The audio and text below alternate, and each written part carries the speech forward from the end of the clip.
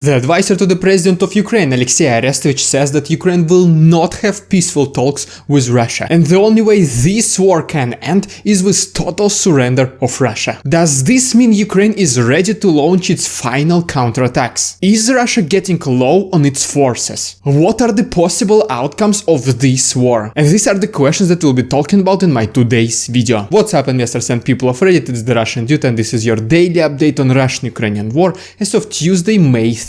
You can see the main events of the day to my right, along with the timestamps. Today, the advisor to the president of Ukraine, Alexei Arestovich, referred to the secretary of the National Security Council of Ukraine, Alexei Danilov, and said that this war will not end with peace treaty. He said that the only way this war ends is by total surrender of Russia. And I mean, at this very moment, Ukraine is fully justified to make such statements, because in the first stage of the war, Ukraine was able to resist Russian attacks. Then when the attacks of Russians slowed down, Ukraine was able to push back Russian soldiers away from its territory. And now Ukraine is in the next stage of this war, which is the accumulation of offensive weapons. Which basically means Ukraine is now receiving offensive weapons from different countries, including the Lend-Lease program from the United States of America. Previously, Arestovich also mentioned that Ukraine will have enough offensive weapons somewhere in the end of May, beginning of June. And this is exactly when the Ukrainian army is planning to launch its final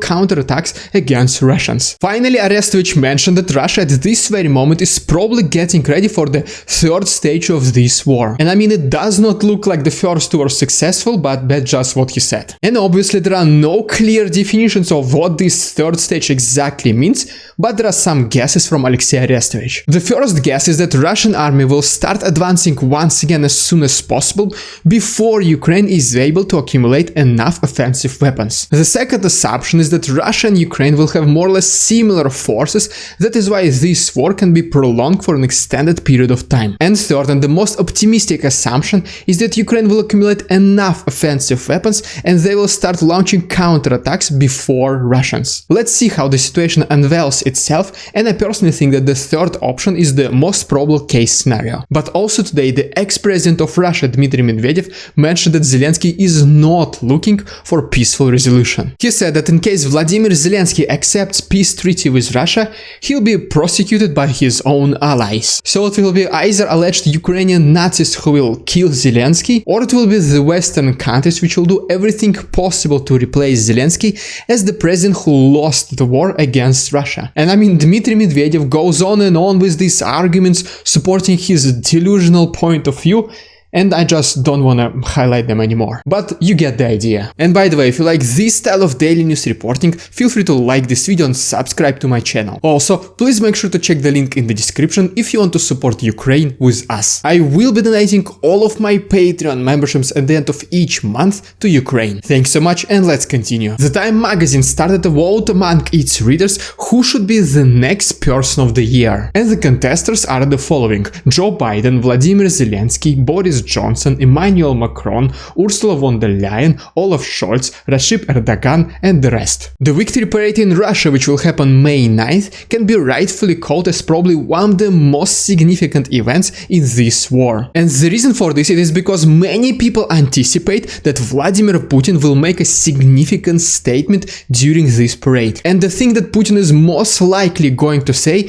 is that he will officially declare war with Ukraine. I mean, the rest of the world already knows this. It is just that Russian people who are saying the word war will no longer hopefully be prosecuted. In addition to officially declaring the war with Ukraine, people also expect that Putin will call for a countrywide mobilization, which means that most of Russian able-bodied men who are currently enlisted in the army will be called to go to Ukraine. So as you can guess, this can probably be one of the final pushes of the Russian army against the east and south of Ukraine. And the main goal of this final push will be obviously the liberation of Donbass region and maybe assistance in liberating the south of Ukraine. I'm planning to live stream this victory parade, and I'll be translating everything to you, so that in case you decide to join this live stream, you'll be one of the first people in the world to know exactly what Putin would say. The victory parade starts May 9th, which is Monday 10 AM Moscow time, but because of difference of time zones, I'll be starting my live stream somewhere before 3 AM,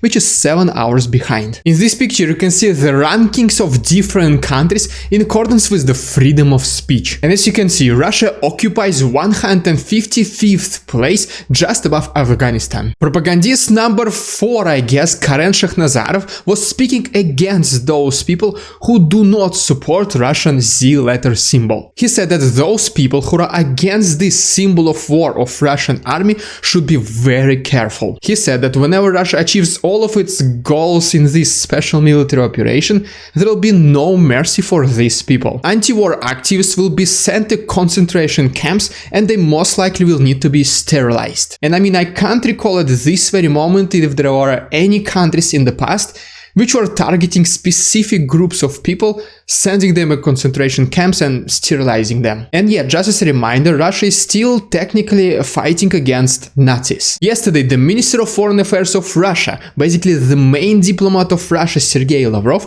compared the president of Ukraine, Vladimir Zelensky, with Adolf Hitler. He said that Adolf Hitler also had Jewish blood and this didn't stop him from becoming Nazi. In addition to that, Sergey Lavrov called Jewish people to be the most anti-Semitic people. The Ministry of Foreign Affairs of Israel obviously didn't like it and were asking Sergey Lavrov for explanations and an apology. But today the Ministry of Foreign Affairs of Russia supported Sergey Lavrov. They released the statements showing undeniable facts of Israel people supporting the neo-Nazi regime in Kyiv, Ukraine. Because of this, it is now expected that Israel, that has been pretty neutral in this war, will actually start showing the support to Ukraine. And just as a reminder, at this very moment, Israel has one of the most advanced weapons in the world. In addition to that, their Mossad intelligence service is one of the most legendary. So basically, first we have this Lend-Lease program from the USA, which allows them to send weapons to Ukraine much faster. And now we'll probably have also Israel, which will be sending its advanced weapons and services to Ukraine as well. Does this mean that Russia might now face even more difficulties invading Ukraine? I think it most certainly does. CNN reports to us that according to the intelligence services of the United States, Russia will try to annex the regions of Lugansk and Donetsk somewhere approximately in the middle of May. But if you've been watching my videos on a daily basis, you already saw this coming. Because the way Russia takes away territories from Ukraine is happening in 3 steps. First of all, Russia sends its infiltrators in the targeted territories. The second step is to separate these territories and make them independent from Ukraine. And the third and the final step is to create a referendum about joining Russia. So at this very moment, as you can see, the most problematic regions of Donbass are already in the 3rd stage. Besides that, there are multiple reports that Kherson region is right now at the 2nd stage, which basically means that Russian infiltrators are already working on separating from Ukraine. I will closely monitor the situation and report you on any updates. In this map, we can see the current condition of the war as of May 3rd. There were no significant advances today, and the main military action is still concentrated in the east and south of the country. What it is also worth mentioning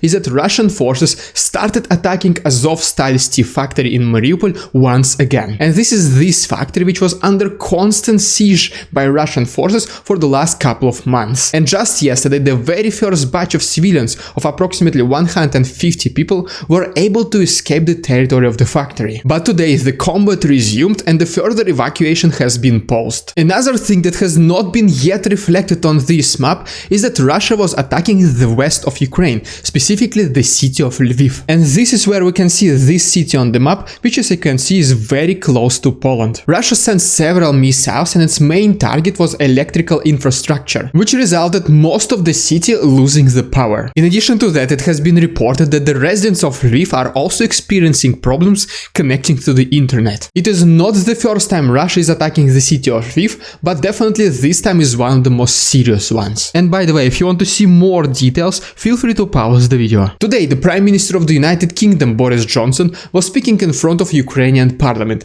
and here are his main statements. First of all, he called this invasion of Russia into Ukraine to be the biggest mistake of Vladimir Putin. He said that all this that is happening right now between Russia and Ukraine are the consequences of slow reaction of European leaders back in 2014. 2014, when Russia annexed Crimea. What he meant by that is that European leaders did not punish Russia strong enough, and that is why Russia continued its advancement to the territories of Ukraine. Boris Johnson also said that the United Kingdom will continue sending missiles and armored personnel carriers to Ukraine. And besides this military equipment, which is a part of £300 million support package, the United Kingdom will also send raiders, drones and other offensive weapons, which brings the potential counterattacks of Ukraine closer and closer every single day. The Russian currency ruble has been strengthening against US dollar for the last several weeks. And just as a reminder, almost at the very beginning of this so-called special military operation, the exchange rate between Russian ruble and US dollar was approximately at 140 rubles for just $1. Before the invasion, the exchange rate was somewhere approximately 75-80 rubles. And now the exchange rate is approximately at 67 rubles for $1, which brings the current exchange rate to be below pre-war exchange rate. There is no denying the fact that the Russian currency has been strengthening all the way until this moment,